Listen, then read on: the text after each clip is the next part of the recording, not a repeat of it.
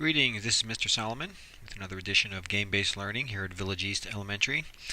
And this time we are going to explore a brand new application called Teacher Gaming Desk, made by the folks at Teacher Gaming who brought us Minecraft EDU. They have lots of different games. We're going to play the game called Stranded. So this is the presentation I've given to students. Students know how to log in to Teacher Gaming Desk. We have an application on our dock. And then we're going to view the lesson on day one on how to play the game. We talk about how the game configuration is set up. You have to get wood, stone, and food. Those are up here, wood, stone, and food. And it's all about your happiness level.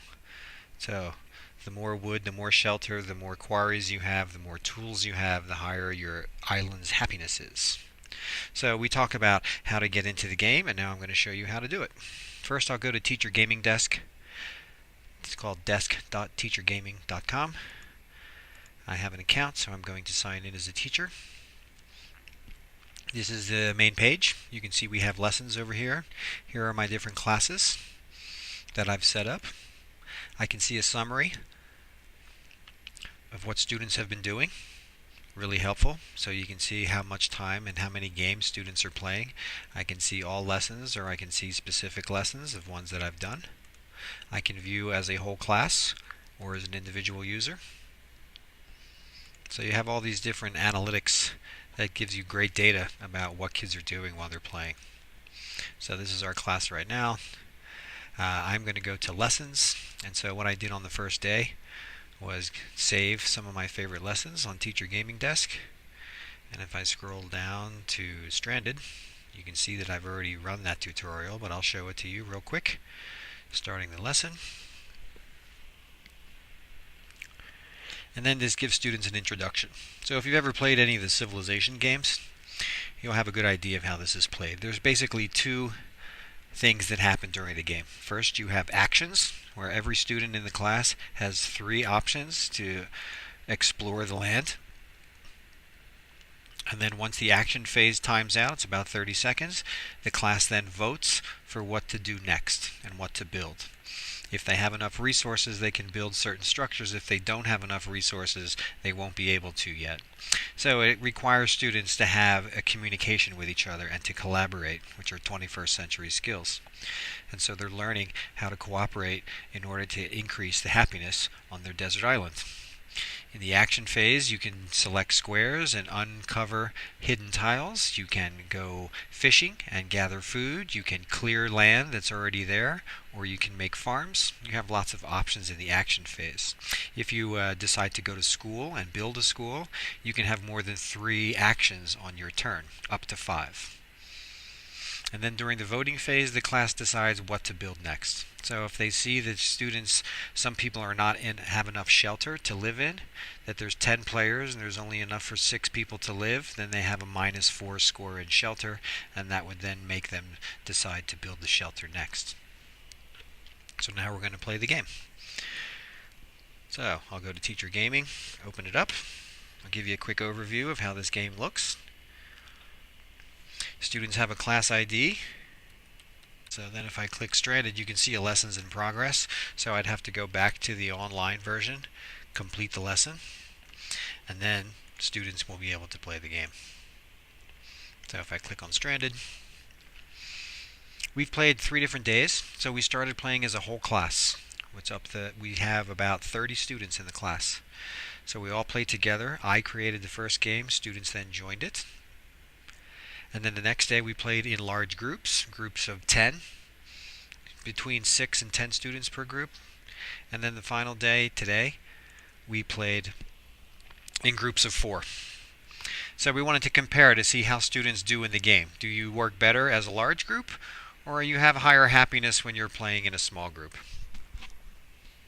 So I'm going to create a game. This is an example. I have a code 169 that I would then give to the students, and they all join my game by clicking 169. So playing as a single player, this is what the interface looks like. So I can choose to expose a hidden tile and click Explore. And then I can see trees. And then if I click on those trees, I can knock them down and start collecting wood.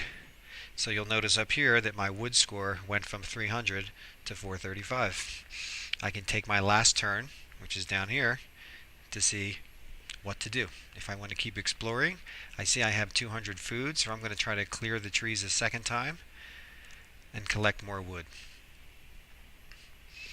Now comes the action phase. So I have 270 pieces of wood.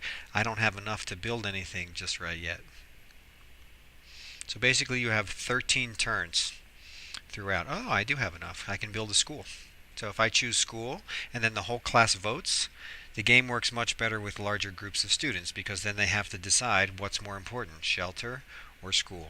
Whichever gets the most votes is what happens.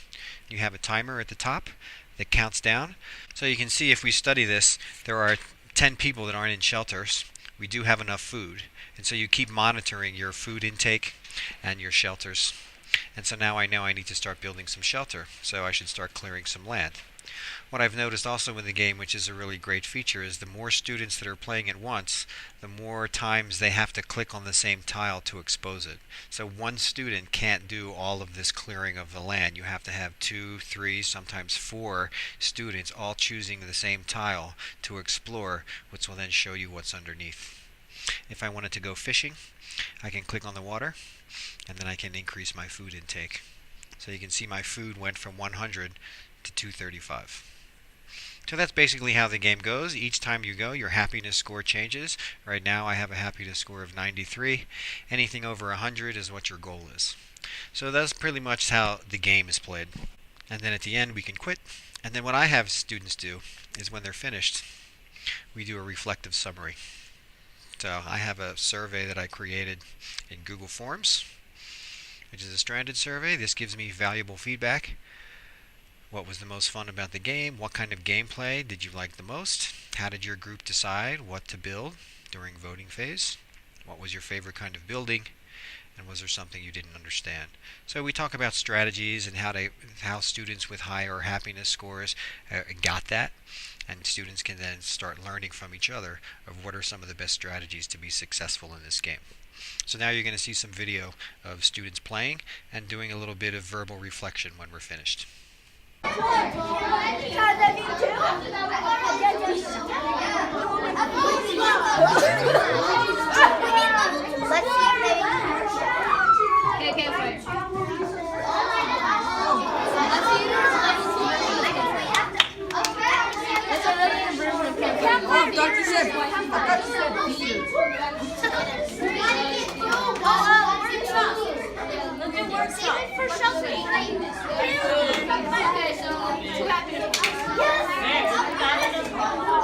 You guys rounded with a score of 201. Okay, I'll tell it. How did you get such a high score?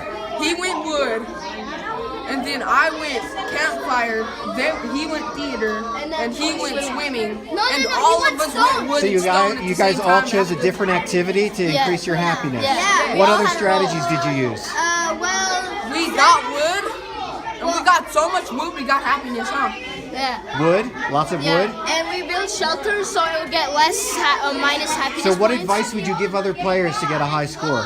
Well, just work together and figure out what you guys need, what materials you guys need. Good.